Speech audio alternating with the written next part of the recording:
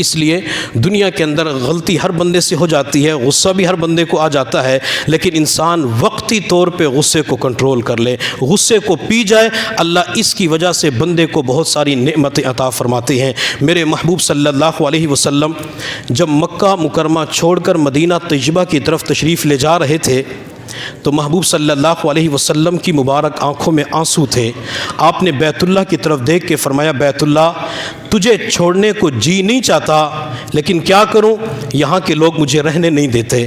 میرے محبوب صلی اللہ علیہ وسلم کی ما زاغ البصر والی آنکھوں میں آنسو تھے، اور آپ مکہ مکرمہ بیت اللہ کو چھوڑ رہے تھے، حتیٰ کہ مدینہ طیبہ تشریف لے گئے۔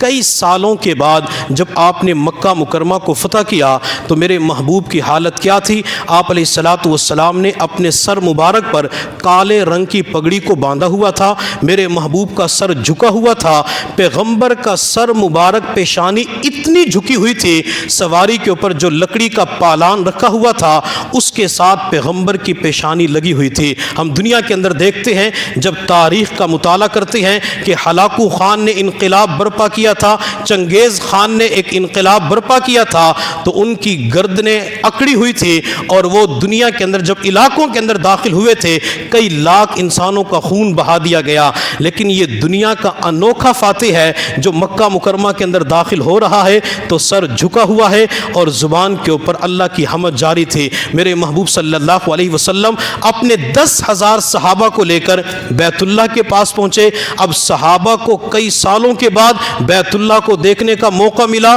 تو محبت نے جوش مارنا شروع کر دیا، جیسے مارچ کے مہینے سے لے کر اب تک حرم کے دروازے بند ہیں، جب کوئی بندہ یہاں سے عمرے کے لیے جائے گا تو اس کے دل کی محبت جو جوش مارے گی اسے الفاظ کے اندر بیان نہیں کیا جا سکتا۔ تو صحابہ نے کئی سالوں کے بعد بیت اللہ کو دیکھا تو صحابہ بیت اللہ کے ساتھ چمٹ کر غلاف پکڑ کے رونا شروع کر دیتے ہیں، کوئی ملتزم سے چمٹ جاتا ہے، کوئی مقام ابراہیم کے پاس نفل پڑھنا شروع کر دیتا ہے۔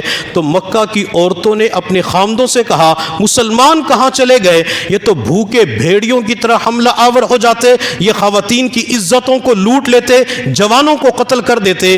چنانچہ مرد حضرات جب گھروں سے باہر نکل کے آئے تو بیت اللہ کے پاس آ کے عجیب منظر دیکھا، کوئی دعا کے اندر مشغول تھا، کوئی بیت اللہ کا طواف کر رہا تھا، کوئی قرآن کی تلاوت کر رہا تھا۔ تو مردوں نے اپنی خواتین کو جا کے بتلایا، لگتا یہ ہے کہ رات کو معافی کا اعلان کر دیا گیا، صبح گن گن کے بدلے لیے جائیں گے۔ چنانچہ جب صبح کا وقت ہوا میرے محبوب صلی اللہ علیہ وسلم نے اہل مکہ کو بلایا، مکہ والے آپ کے دائیں طرف کھڑے ہوئے تھے اور صحابہ کرام کا لشکر بھی کھڑا ہوا تھا۔ تو میرے محبوب صلی اللہ علیہ وسلم نے عثمان بن ابی طلحہ کو بلایا جس کے پاس بیت اللہ کی چابی تھی۔ عثمان جب میرے محبوب کے قریب آیا تو آپ نے فرمایا، عثمان بیت اللہ کی چابی میرے حوالے کرو۔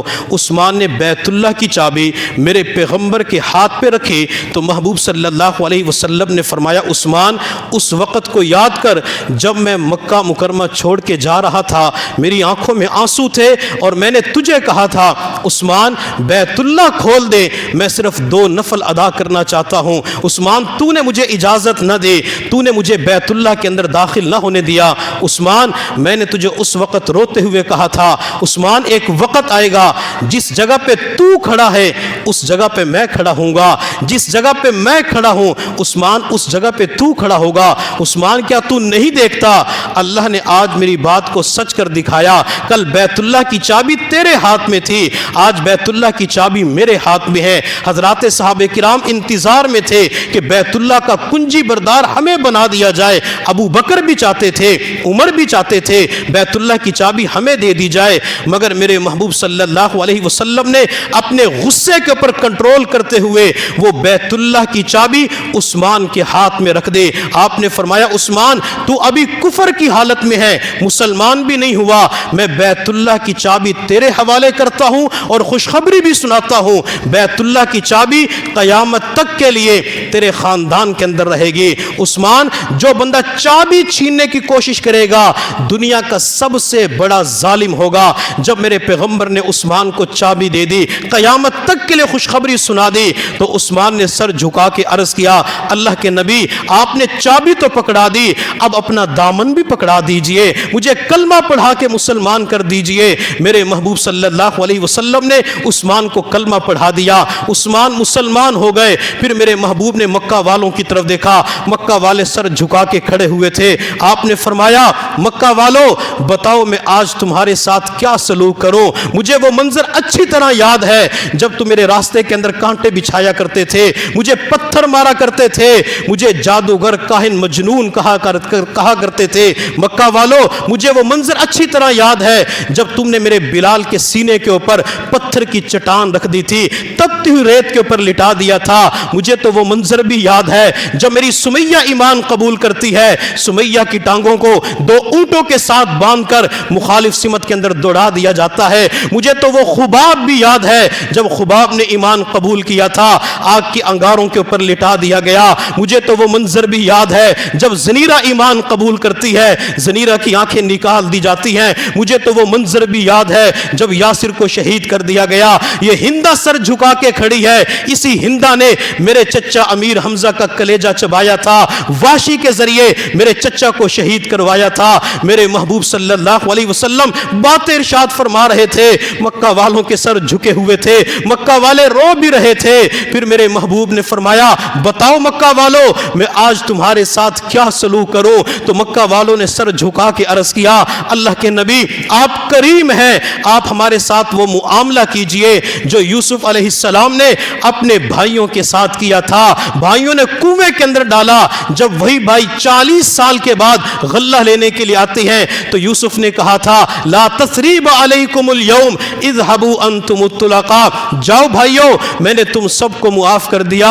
مکہ والے کہنے لگے اللہ کے نبی آپ تو یوسف سے زیادہ کریم ہیں، آپ بھی یہی اعلان فرما دے مکہ والو لا تثریب علیکم اليوم۔ جب مکہ والوں نے اپنی عاجزی پیش کی، معذرت پیش کی، سوری پیش کی، تو میرے محبوب صلی اللہ علیہ وسلم نے فرمایا جاؤ مکہ والو میں نے تم سب کو معاف فرما دیا۔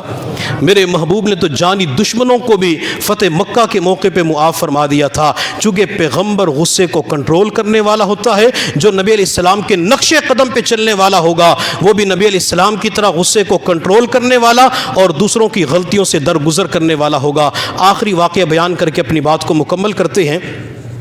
حضرت عائشہ صدیقہ رضی اللہ تعالی عنہا کے اوپر جب تہمت لگی تو حضور صلی اللہ علیہ وسلم عائشہ صدیقہ رضی اللہ تعالی عنہا کے پاس آئے۔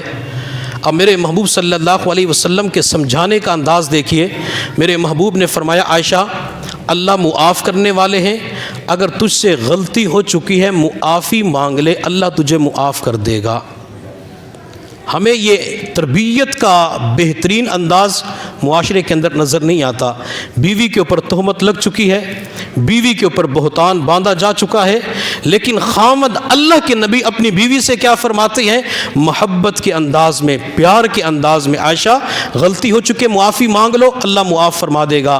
حضرت عائشہ صدیقہ رضی اللہ تعالی عنہ فرماتی ہیں میں نے دل کے اندر سوچا کہ اتنے لوگوں نے میرے اوپر تہمت لگائی ہے تو میں کس طریقے سے معافی مانگوں، اللہ تو مجھے جانتا ہے۔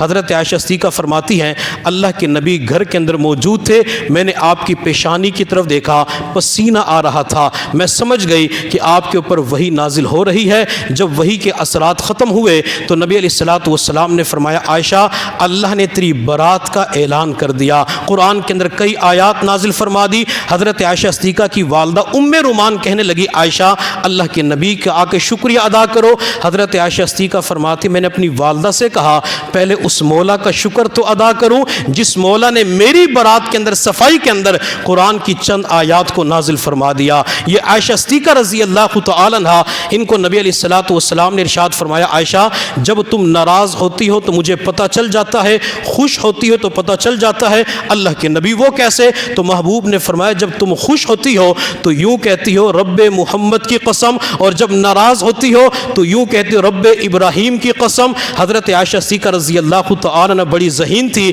کہنے لگی یا رسول اللہ میں غصے کی حالت میں آپ کے نام کو چھوڑتی ہوں، آپ کو تو نہیں چھوڑتی، میں غصے کی حالت میں صرف آپ کے نام کو چھوڑتی ہوں، آپ کو تو نہیں چھوڑتی۔ تو نبی علیہ الصلوۃ والسلام نے ایک جملہ ارشاد فرمایا او منی سی عائشہ، او منی سی عائشہ. حضرت عائشہ صدیقہ فرماتی جب اللہ کے نبی نے یوں فرمایا او منی سی عائشہ تو میرے چہرے کے اوپر مسکراہٹ آ گئی. تو نبی علیہ الصلوۃ والسلام نے ارشاد فرمایا عائشہ جب تمہیں کسی بات کے اوپر غصہ آئے تو اللہ سے یوں دعا کیا کرو اے محمد صلی اللہ علیہ وسلم کے رب میرے غصے کو دور فرما, میری زبان کو پاک فرما اور فتنوں سے میری حفاظت فرما. تو گویا کہ نبی علیہ الصلوۃ والسلام نے غصے سے بچنے کے لیے دعا عائشہ صدیقہ کو بتلا دی. اگر اس دعا کا اہتمام کریں گے تو انشاءاللہ غصے سے بچنا آسان ہو جائے گا. اللہ رب العزت کی بارگاہ میں دعا ہے اللہ تعالی ہمیں ہر قسم کی روحانی بیماریوں سے محفوظ فرمائے. وآخر دعوانا ان الحمد للہ رب العالمین. الحمد للہ رب العالمین والعاقبۃ للمتقین والصلاۃ والسلام علی سیدنا محمد وآلہ واصحابہ اجمعین. ربنا آتنا فی الدنیا حسنۃ وفی الآخرۃ حسنۃ وقنا عذاب النار. ایک کریم پروردگار ہم تیرے عاجز و مسکین فقیر محتاج مسکین بندے ہیں. اللہ ہم سب کے حال پہ رحم فرما. میرے اللہ ہمارے گناہوں کو معاف فرما. اللہ خطاؤں سے درگزر فرما. اللہ تمام لغزشوں کو معاف فرما. میرے اللہ جمعۃ المبارک کا برکتوں والا دن ہے, عصر کے بعد کا وقت ہے. اللہ مجلس نکاح ہے, مسجد کے اندر موجود ہیں. اللہ عصر کے بعد کا وقت ختم ہونے والا ہے. میرے اللہ قبولیت کی تمام گھڑیاں ہمیں نصیب فرما. میرے اللہ کسی کو محروم نہ فرما. میرے اللہ آج تک اپنی پوری زندگی کے اندر جتنی بھی دعائیں مانگی ہیں میرے اللہ اس مقبول جگہ مقبول وقت کی وجہ سے اللہ ان ساری دعاؤں کو شرف قبولیت عطا فرما. میرے اللہ جن کا آپ اس کے اندر نکاح ہوا اللہ اس نکاح کے اندر برکتیں عطا فرما. اللہ اپنے فضل اور کرم کا معاملہ فرما. میرے اللہ نکاح کی برکت سے دو خاندان آپس کے اندر جڑ چکے ہیں. اللہ دلوں کے اندر محبتیں الفتیں پیدا فرما. میرے اللہ آپس کے اندر ایک دوسرے کے ساتھ ہمدردی کرنے کی توفیق عطا فرما. اللہ خیر خواہی کرنے کی توفیق عطا فرما. اللہ ایک دوسرے کے شرور و فتن سے محفوظ فرما. میرے اللہ میرے کریم پروردگار دلوں کے اندر وہ محبتیں پیدا فرما جو آپ نے آدم علیہ السلام اور اما حوا کو عطا فرمائی تھی. اللہ زوجین کے دلوں کے اندر وہ محبتیں پیدا فرما جو آپ نے حضور صلی اللہ علیہ وسلم اور اما عائشہ صدیقہ رضی اللہ تعالی عنہا کو عطا فرمائی تھی. میرے اللہ نیک اعمال کے اندر زوجین کو ایک دوسرے کا معاون بننے کی توفیق عطا فرما. اللہ قدم قدم پہ خوشیوں بری زندگی عطا فرما. اللہ سکون و چین والی دولت سے مالا مال فرما. میرے اللہ میرے کریم پروردگار میرے جواد پروردگار تیرے جود و سخا کا واسطہ اللہ تو سخی ذات ہے. اللہ آپ کو سخاوت سجتی ہے. اللہ اپنی سخاوتوں کا مظاہرہ فرما دیجئے. اللہ ہم نے اپنے ظرف کے بقدر مانگا اللہ تو اپنی شان کے بقدر عطا فرما. اللہ اپنے وسیع خزانوں سے عطا فرما. اللہ والدین اپنے بچوں کے بارے میں جتنی بھی نیک تمنائیں رکھتے ہیں اللہ ان ساری نیک تمناؤں کو پورا فرما. میرے اللہ ماں باپ کو اولاد کے دکھوں سے محفوظ فرما, اولاد کے غموں سے محفوظ فرما. اللہ خاص کر شادی شدہ بیٹیوں کے دکھوں سے محفوظ فرما, شادی شدہ بہنوں کے دکھوں سے محفوظ فرما. میرے اللہ ماں باپ اپنی بچی کی رخصتی کے موقع پہ اللہ سب کچھ قربان کر دیتے ہیں. بعض مرتبہ خامن کے ساتھ کسی بات پہ نہیں بنتی اللہ وہ طلاق دے کے فارغ کر دیتا ہے. جب بچی اپنے والد کے گھر میں داخل ہوتی ہے بچی کی آنکھ میں موٹے موٹے آنسو ہوتے ہیں. بوڑھا باپ دوڑ کے آتا ہے بچی کے سر پہ شفقت والا ہاتھ رکھ کے پوچھتا ہے بیٹی بتلا تو صحیح آج تیری آنکھ میں آنسو کیوں ہے. بچی روتے ہوئے جواب نہیں دیتی. ماں دوڑ کے آتی ہے لختے جگر کو سینے کے ساتھ لگا لیتی ہے. ماں پوچھتی ہے بیٹی بتلا تو صحیح تیری آنکھ میں آنسو کیوں ہے, آج بچوں کی طرح کیوں رو رہی ہے. تو بچی ماں کو جواب دیتی ہے امی خامد نے مارا بھی ہے گھر سے بھی نکال دیا. تو بوڑھی ماں رونا شروع کر دیتی ہے بچی میں نے اپنی زندگی کے اندر یہ دن بھی دیکھنے تھے. اے میرے مولا پوری دنیا کے اندر جہاں کہیں بھی مسلمان بہن اور بیٹیوں کی شادیاں ہو چکی ہیں اپنے اپنے گھر کے اندر سکون عطا فرما, اپنے اپنے گھر کے اندر اطمینان کی دولت عطا فرما. میرے اللہ یہ بیٹیوں کے دکھ ماں باپ کو جلدی بوڑھا کر دیتے ہیں, بیٹیوں کے دکھ ماں باپ کو اندر سے کھوکھلا کر دیتے ہیں. اللہ بچیاں تو پرائی ہوتی ہیں, بچیاں تو اگلے گھروں کے اندر چلی جاتی ہیں. اے میرے مولا انہیں اگلے گھروں کے اندر سکون عطا فرما. اللہ آپ اس کے اندر محبت پیار عطا عطا فرما. اللہ غصے کو پی جانے والا بنا دیجئے. اللہ غصے کے اوپر کنٹرول کرنے والا بنا دیجئے. میرے اللہ غصے کو پی جانے کی وجہ سے تیرے محبوب نے جتنی بھی نعمتیں بتلائی ہیں اللہ وہ ساری نعمتیں عطا فرما دیجئے. اللہ بے گھروں کو اپنے گھر عطا فرما.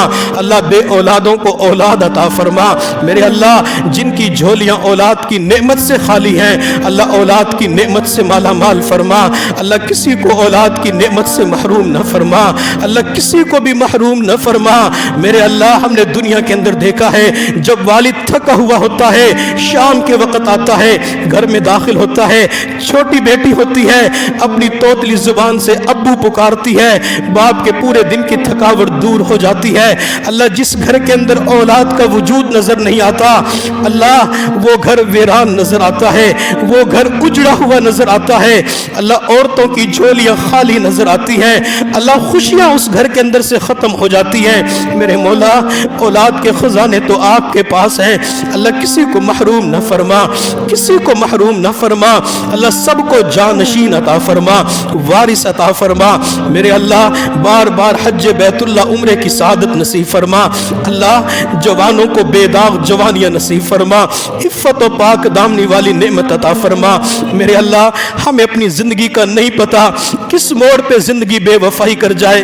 اللہ جب ہماری زندگی کا آخری وقت آئے خاتمہ ایمان پہ فرمانا زبان پہ کلمہ طیبہ جاری فرما دینا. اللہ آخری وقت کے اندر اپنا دیدار بھی کروا دینا. اللہ ہمارے اٹھے ہوئے ہاتھوں کو قبول فرما. پورے علاقے کے اوپر خصوصی رحمت نازل فرما. محبت پیار الفتوں کی فضا قائم فرما. میرے اللہ ہماری تمام تر دعاؤں کو اپنے فضل و کرم سے نبی علیہ السلام کے صدقے اور طفیل شرف قبولیت عطا فرما. وصلی اللہ تعالی علی خیر خلقہ محمد وآلہ واصحابہ اجمعین برحمتک یا ارحم الراحمین.